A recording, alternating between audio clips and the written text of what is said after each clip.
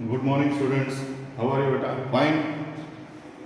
तो देखो बेटा, now today we will discuss about the product of two vectors. ठीक है बेटा, दो वेक्टर को कैसे मल्टीप्लाई करते हैं, the product of two vectors. अब किसी भी दो वेक्टर्स का प्रोडक्ट निकालने के लिए हमारे पास दो चीजें हैं, एक होता है उसका स्केलर और dot product and second is cross product, यानी स्केलर और dot product of two vector and cross product of two vector. तो आज हम डिस्कस करेंगे स्केलर और डॉट प्रोडक्ट के बारे में। ठीक है बेटा, तो dot product of two vector क्या होता है? कहता है the dot product of two vector A and B, कहता है A and B are two vectors, then their dot product is denoted bye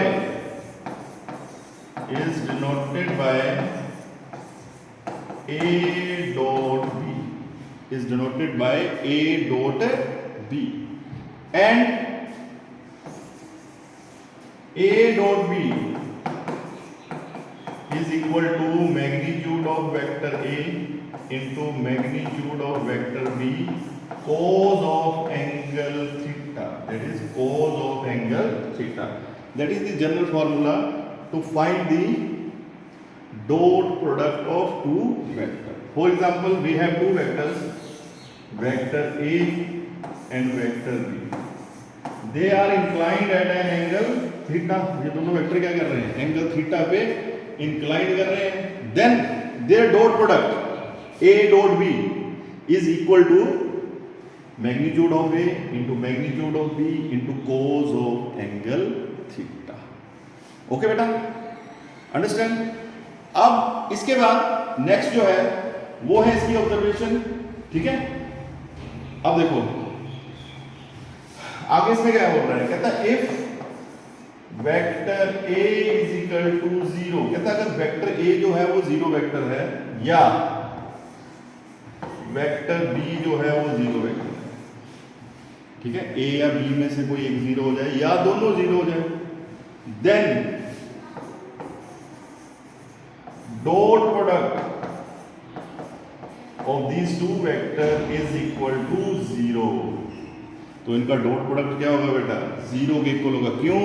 क्योंकि जब हम A और B 0 है, ठीक है, ठीक है, तो जैसे ही हम यहाँ पर मैग्नीट्यूड पुट करेंगे A का या B का, तो वो दोनों क्या आ जाएंगे? प्रोडक्ट 0 से मल्टीप्लाई करेंगे तो 0 आएगा, तो इनका डॉट प्रोडक्ट क्या हो जाएगा?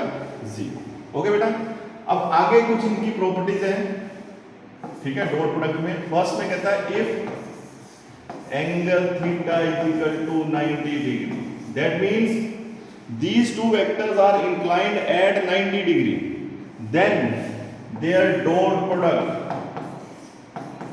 Is equal to magnitude of A magnitude of B cos of angle 90 degree. अब cos 90 की वैल्यू क्या होती है बेटा? 0, यानी इनका डॉट प्रोडक्ट क्या होगा? is equal to 0। या उल्टा बोल ले, if dot product of two vectors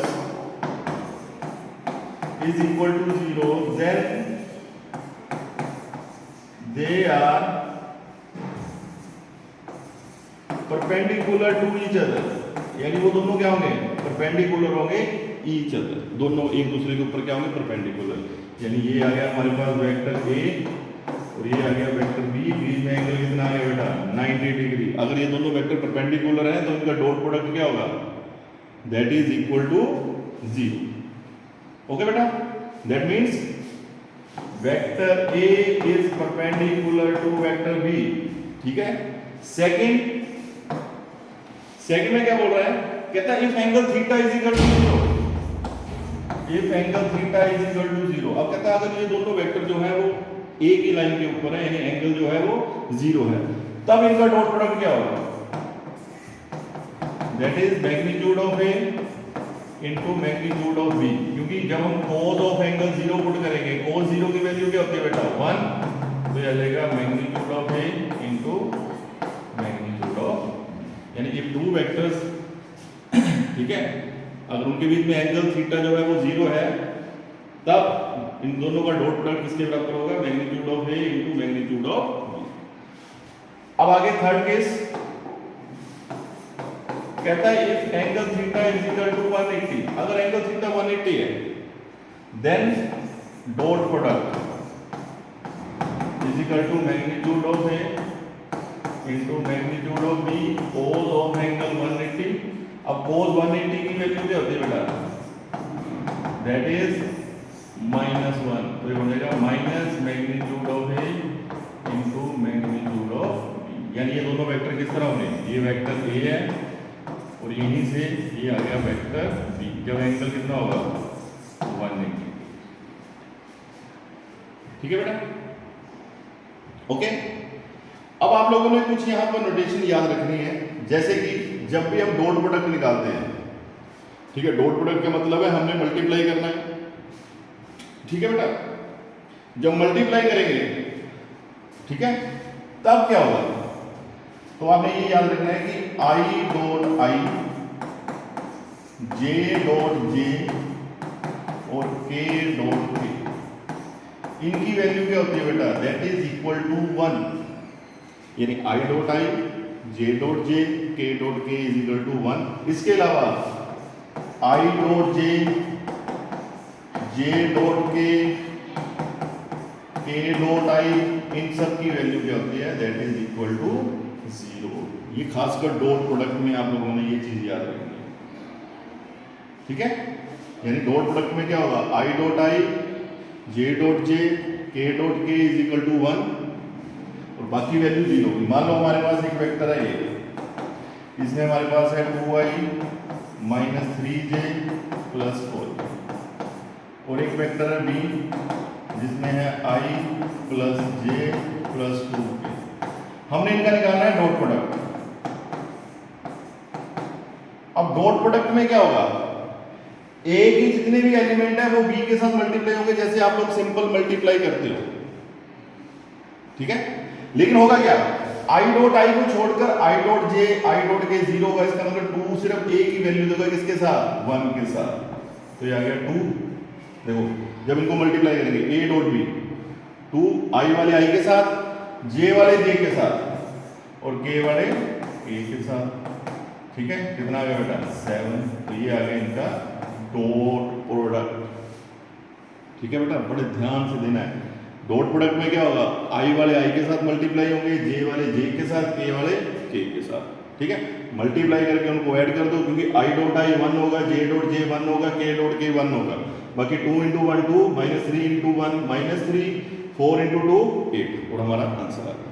okay बेटा, अंडरस्टैंड। अब देखिए बेटा, suppose we have given two vectors, vector a is equal to a1i, a2j और a3k, और एक वेक्टर b है b1i, b2j प्लस c2k। हमने इनका डॉट प्रोडक्ट निकालना है। तो जैसे मैंने आपको बताया था कि i वेक्टर i के साथ मल्टीप्लाई होगा, j के साथ, k के साथ, तो इनको मल्टीप्लाई करो, ये आ जाएगा a1 b1, a2 b2 और a3 और b3। तो ये क्या आ गया बेटा, dot product of two vector. और अगर कहीं पर आपको प्रूव करना है कि प्रूव दैट, ठीक है, the given vectors are perpendicular, अगर हमें ये प्रूव करना है कि वो दोनों वेक्टर जो है वो परपेंडिकुलर है, तो परपेंडिकुलर के लिए मैंने आपको कंडीशन बताई थी, if two vectors are perpendicular then their dot product is equal to 0। अब यहां पर हमारे पास दो वेक्टर हैं a और b, ये आ गया इनका डॉट प्रोडक्ट। जब इनका डॉट प्रोडक्ट यानी a1 b1 plus a2 b2 plus a3 b3, इनका प्रोडक्ट जो है वो 0 हो जाएगा। That means vector a is perpendicular to vector b। Vector a क्या होगा, परपेंडिकुलर होगा किसके, वेक्टर b के। ओके बेटा, नाउ नेक्स्ट हमारे पास टॉपिक है projection of a vector on other vector. यानी एक वेक्टर जो है वो दूसरे वेक्टर के ऊपर कोई ना कुछ प्रोजेक्ट करता है, that is called projection of vector. अब इसमें हमारे पास क्या है, कहता है let a vector a making an angle theta with a line l। एक लाइन l है, इसके ऊपर एंगल a जो है वो एंगल थीटा बना रहा है, ठीक है। जो इसका एंड पॉइंट है वहां से हमने एक परपेंडिकुलर ड्रॉ किया, ये टच कर रहा है उसको c के ऊपर। तो ये जो AC है दैट इज द प्रोजेक्शन, ये प्रोजेक्शन है किसका, वेक्टर a का, किसके ऊपर, ये जो दूसरा वेक्टर परपेंडिकुलर है इसको b मान के चलते हैं, ठीक है, that is the projection of a vector A on vector B is given by this A और magnitude B is equal to A dot B divided by magnitude of B. और अगर हमने निकालना है projection of vector B on vector A तो ये बन जाएगा B dot A is equal to A dot B divided by magnitude of A. ठीक है बेटा, तो ये चीजें हैं आपके पास डॉट प्रोडक्ट्स के लिए। ठीक है, तो ये आप लोगों ने ध्यान देनी है। अब हम स्टार्ट करेंगे एक्सरसाइज 10.3। एक्सरसाइज 10.3 ओके बेटा। क्वेश्चन नंबर वन में क्या बोल रहा है, कहता find the angle between two vectors a and b if magnitude of a is this and magnitude of b is this and dot product is this. तो देखो बेटा, डॉट प्रोडक्ट आपको दिया है, मैग्नीट्यूड दिया है a का और दिया है b का। इसका सॉल्यूशन आएगा, कहता a dot b is equal to magnitude of a into magnitude of b into cos of angle theta. अब हमने एंगल निकालना है, तो एंगल निकालने के लिए क्या होगा बेटा, कोस ऑफ एंगल थीटा किसके इक्वल आएगा, magnitude of a dot b over magnitude of a into magnitude of, simple. ठीक है, वैल्यू निकालनी है हमने। ठीक है, हमें a डॉट b भी गिवन है, मैग्नीट्यूड ऑफ a भी दिया है, मैग्नीट्यूड ऑफ b भी दिया है। अब ये वैल्यू यहां पुट कर दो, cos theta is equal to √6 divided by √3 into 2। ठीक है, अब इसको सोल्व कर लेते हैं। √6 को हम ब्रेक कर सकते हैं, √3 इंटू √2 ओवर √3 इंटू, ये कट गया, क्या बच गया बेटा, √2 अपॉन 2। ठीक है, अब ये आ गया cos ऑफ एंगल थीटा। अब √2 अपॉन 2 है, इसको मैं लिख सकता हूं 1 ओवर √2। ओके, अब cos की वैल्यू 1 ओवर √2 कहां पे होती है बेटा, 5/4, यानी 45 डिग्री पे cos थीटा की वैल्यू क्या होती है, 1/√2। So the angle between the vector is 45 degree. Okay बेटा, नाउ नेक्स्ट सेकंड क्वेश्चन भी सेम इसी की तरह है, लेकिन यहां पर हमें सिर्फ दो वेक्टर गिवन है, वेक्टर a और वेक्टर b। हमने इनके बीच में एंगल निकालना है। तो मैंने आपको बता दिया कि एंगल के लिए फॉर्मूला क्या होता है, angle between two vector cos theta is equal to a dot b divided by magnitude of a into magnitude of b। तो सबसे पहले हम क्या निकालेंगे, सबसे पहले हम निकालेंगे डॉट प्रोडक्ट इनका, a डॉट b। देखो इनको लिख लो, i - 2j + 3k। ठीक है, और सेकंड हमारे पास आ गया 3i। ठीक है, सेकंड हमारे पास आ गया dot product 3i - 2j + k। अब इनका डॉट प्रोडक्ट निकालेंगे, तो i वाला i के साथ 3, j वाला j के साथ -2 - 2 4, k वाला k का 3 × 1, कितना आ गया बेटा 10। अब हम निकालेंगे मैग्नीट्यूड ऑफ a का मैग्नीट्यूड निकालना है,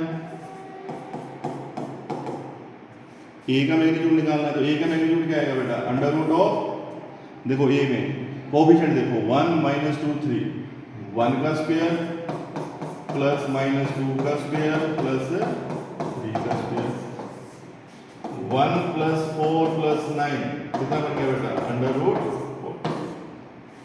उसके बाद b का मैग्नीट्यूड, अब b के पास क्या है, 3 2 1, 3 का स्क्वायर 9 -2 का स्क्वायर 4, 1 का स्क्वायर, ये भी कितना आ गया बेटा √14। अब ये सारी वैल्यू हमने यहाँ पुट करनी है, तो ये आ गया हमारे पास cos theta is equal to 10 over √14 into √14। दोनों आ गया √14। अब दोनों वैल्यू √14 है, मल्टीप्लाई करके क्या आ जाएगा बेटा, cos of angle theta is equal to 10/14। क्या आ जाएगा 10/14, ये कट जाएगा, कितना आ गया 5/7। अब cos थीटा की वैल्यू 5/7 हमें नहीं पता कहाँ होती है, तो यहाँ पर हम डायरेक्ट इसको लिख सकते हैं cos theta is equal to, theta ये रहेगा, ये cos इधर जाके बन जाएगा cos इनवर्स 5/7। तो ये हमारे पास क्या आ गई, that is the value of angle cos theta, यानी थीटा कितना आ गया, कोस इनवर्स 5/7। ठीक है बेटा। नेक्स्ट क्वेश्चन नंबर 3 कहता find the projection of vector this on vector this. अभी मैंने आपको प्रोजेक्शन का बताया था, हमारे पास वेक्टर ए है, वेक्टर बी है, हमने निकाला है projection of vector A on vector other vector B. तो प्रोजेक्शन के लिए फार्मूला क्या होगा, ए का प्रोजेक्शन निकालना है बी के ऊपर, तो ये बनेगा A dot B divided by magnitude of B. तो उसके लिए हमें वैल्यू चाहिए ए डॉट बी की। तो ए डॉट बी को जब हमने मल्टीप्लाई किया आई वाला आई के साथ 1 × 1 1 -1 × 1 -1 कितना आ गया बेटा, दैट इज इक्वल टू 0। उसके बाद b का मैग्नीट्यूड निकाला, b का मैग्नीट्यूड कितना आ गया, √2। जब ये वैल्यू यहां पुट की तो a डॉट b कितना है 0, ये क्या है √2, 0 ओवर समथिंग क्या होता है 0। That means projection of vector a और vector b is equal to 0। ठीक है। अब देखो क्वेश्चन नंबर 4 जो है वो आप लोगों ने करना है, क्योंकि उसमें भी आपने प्रोजेक्शन निकालना है वेक्टर के ऊपर। आगे देखो क्वेश्चन नंबर 5। क्वेश्चन नंबर 5 में हमारे पास क्या दिया है, हमारे पास 3 वेक्टर गिवन है बेटा। देखो ध्यान से देखो, एक दिया है vector A 1/7 2i + 3j + 6k। ठीक है। एक वेक्टर दिया है बी 1/7 3i - 6j + 2k, और एक वेक्टर दिया है सी 1/7 6i + 2j - 3। ठीक है। हमने प्रूव करना है कि they are mutually perpendicular, A B and C are mutually perpendicular to each other. तो देखो सिंपल सा क्वेश्चन है बेटा। अब म्यूचुअली परपेंडिकुलर है तो परपेंडिकुलर के लिए मैंने आपको क्या बताया था, देखो आपने क्या निकालना है, पहले आपने निकालना है ए डॉट बी। अगर ये 0 आता है that means A is perpendicular to B. ठीक है। डॉट प्रोडक्ट आपको पता ही है, इनको मल्टीप्लाई करना आई वाले आई के साथ, जे वाले जे के साथ, के वाले के साथ, बाकी 1/7 आपस में मिल रहे हैं। ठीक है। उसके बाद आपने निकालना है बी डॉट सी।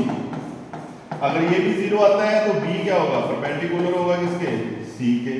फिर आपने निकालना है ए डॉट सी, ये भी 0 आएगा तो ए इज परपेंडिकुलर टू सी। अब यहां अगर आप ध्यान से देखोगे तो ए बी के परपेंडिकुलर है, बी सी के परपेंडिकुलर है, सी ए के परपेंडिकुलर है। इसका मतलब क्या हुआ, ये तीनों के तीनों जो है वो क्या है, they are mutually perpendicular to each other. Okay बेटा। तो आपने इस एक्सरसाइज के क्वेश्चन नंबर 5 तक कंप्लीट कर लेने हैं, बाकी क्वेश्चन करेंगे नेक्स्ट वीक। ओके बेटा, ओके, थैंक यू।